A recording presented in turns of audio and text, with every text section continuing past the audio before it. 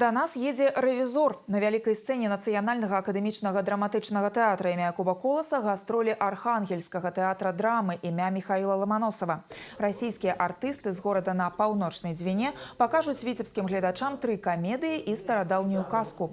Прадставяць спектакль «Ханума». Гэта музычная камедыя з непаўторным грузінскім каларытам пра каханне, вяселле і саперніцтва дзвюх сваццяў. Адкрывае гастрольную праграму адвечная класіка «Рэвізор» Гоголя. У версіі архангельскага тэатра гэта спроба аднавіць справядлівасць у галерэі чалавечых заганаў і пакут. Касцюмы, дэкарацыі, прапанаваныя акалічнасці п'есы з 19 стагоддзя. Акцёрскае існаванне, праўдзівая сучаснасць. Мы в Витебске, и это здорово. Привезли спектакли мы такие, которые, наверное, их всех объединяет то, что они очень любимы зрителями. Так как театр наш гастролирует довольно часто, и я часто выезжаю на гастроли, у меня есть свой метод знакомства с городом, старые районы, с старыми домиками. Очень мне все это интересно посмотреть. У гастрольнай афішы таксама камедыя на дзве дзеі «Скупы» або «Школа Маны» па п'есе Жана Батыста Мальера.